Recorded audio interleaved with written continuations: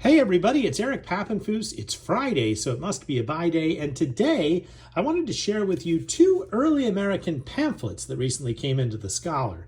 I'm currently at a hotel on way to a major East Coast auction house to deliver these two pamphlets, which we are going to hopefully sell at auction. Now you may ask yourself, well, Eric, aren't you a bookstore? Why can't the Midtown Scholars sell them, themselves? And the answer is occasionally we'll get in something that is so interesting, so unique, it really belongs in an institution.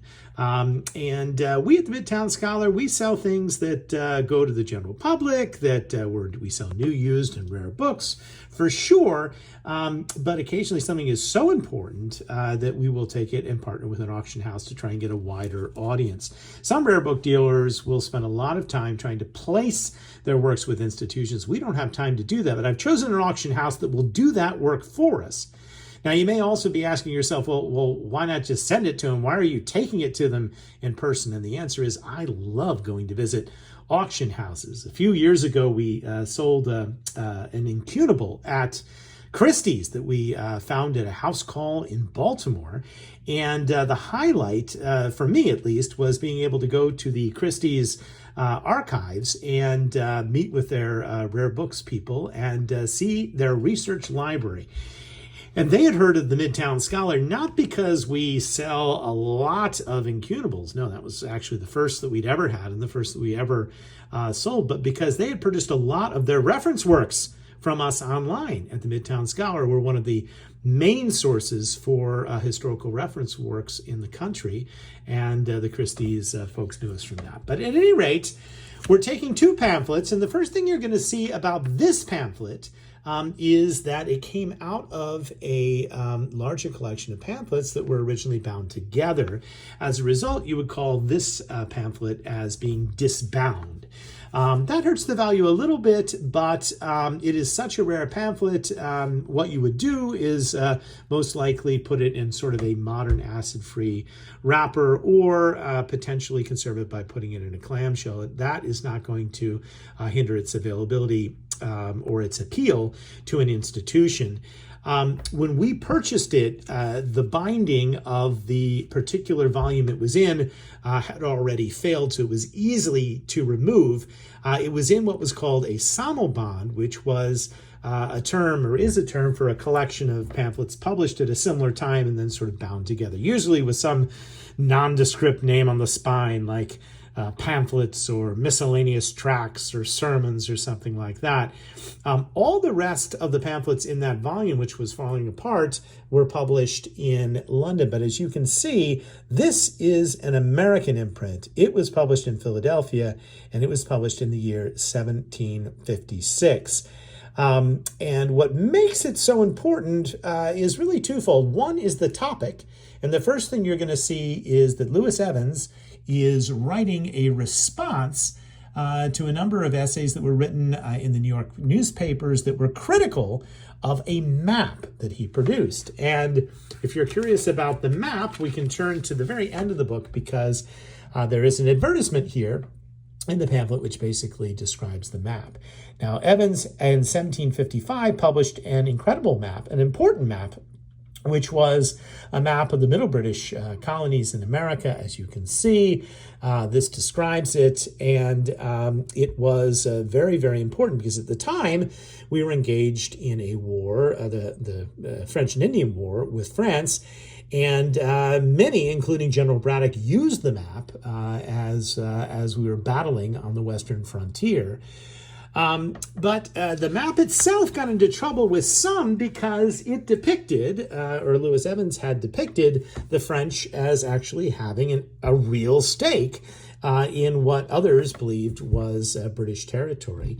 And what this is a pamphlet defending the decisions that were made against those who would just say, well, the French are completely illegitimate and don't have any reason to be anywhere in the Western colonies. And that's what they wrote, and this gentleman wrote in the Mercury in New York, but that is what was rebutted by Evans in this very rare pamphlet. Now, the second thing that makes this particularly valuable is that Evans was great friends with Benjamin Franklin, and this is, in fact, a Franklin imprint, meaning it was printed by Benjamin Franklin.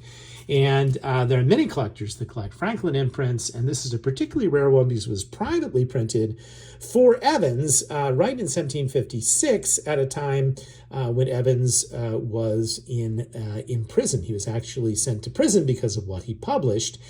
As I say, it showed a legitimacy to certain French claims, and the governors of Pennsylvania and New York conspired to put Evans in jail. And then Evans, unfortunately, contracted very bad health in jail and ends up dying in July of 1756. So the pamphlet, privately printed, very rare, an interesting defense. All those things add up to being something which is really important. Also, the map is so important and so valuable that it is sort of the cornerstone of a lot of American collections, cartographic collections, and many institutions have copies of the map, but very few institutions have copies of the defense of the map, and therefore I think would welcome having this copy in their collections. I'm hoping that given all of that, it will do well at auction. And what we will do is we will update you probably in a couple months when this comes up and let you know how well it does. That is the first of two pamphlets that we are taking with us this day. Now, the second pamphlet is equally interesting. And the first thing that you're going to notice, aside from it being in worse condition, is that this pamphlet, while originally published in Philadelphia, was actually reprinted in London. So we have the second London edition of a pamphlet. It was published 10 years after the first pamphlet that we just saw, this pamphlet being published in 1766. And it is a historical account of the expedition against the Ohio Indians, and is an important work of military history studying Pontiac's War. Now, Pontiac's War was also a territorial dispute that took place after the French and Indian War. What is interesting about this pamphlet is that it was written originally anonymously. You can't tell who wrote this other than the fact that it was a lover of his country. Originally published anonymously in Philadelphia, and later known to have been actually written by the provost of the University of Pennsylvania, who was a man by the name of William Smith. And what I like about this is that this appears to be William Smith's own copy of the pamphlet. Dr. Smith requests that this copy be returned to him as the only copy which he possesses. Unfortunately, the pamphlet at one point was trimmed, and you can look up top. There is William Moore Smith, who I believe is Dr. Smith's son. So it stayed in the Smith family, and this is Smith's own copy of his own pamphlet, which from an authorship standpoint is equally important because it is only attributed to Smith. I guess now we have conclusive proof that Smith was the author. Now, Smith was the provost of the University of Pennsylvania. He was a friend of Benjamin Franklin, as anyone would have been at the time. He would go on to found Washington College in Maryland. And he was an Episcopal minister who spoke out in favor of the American Revolution when it was time for the colonies to rebel, all of which makes him a very important and interesting figure. He was also a land speculator and helped found Huntington, Pennsylvania. But for our purposes, what was really interesting about Smith was that he took a liking to a very young painter in Pennsylvania at the time, in basically the 1760s, by the name of Benjamin West. West was considered a bit of a prodigy. Smith took him under his wing and paid to send him to Italy to learn how to paint. And West would eventually go on become a leading British artist, help found the Academy there, become friends with Joshua Reynolds. You know the story.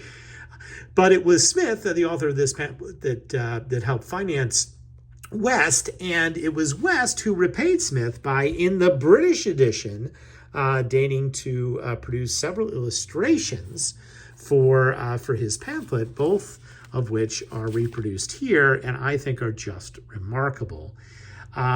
What is interesting about these illustrations, they are pre The Death of Wolfe, which is West's most famous sort of historical painting, but they are history paintings, and they're very, very much Pennsylvanian. West at the time would have been in his 20s, not yet known or established. And so these engravings are some of the very earliest works of Benjamin West to be then re-imported back to the colonies and engraved here in Smith's work. So a work which is important topically, but mostly because of who illustrated it and who owned it. The second of two pamphlets we'll be sending to auction. And as I said, we will keep you posted when these sell. I hope you enjoyed this video. I thank you for watching. I hope you'll watch next Friday and every Friday at noon for more adventures in the world of books.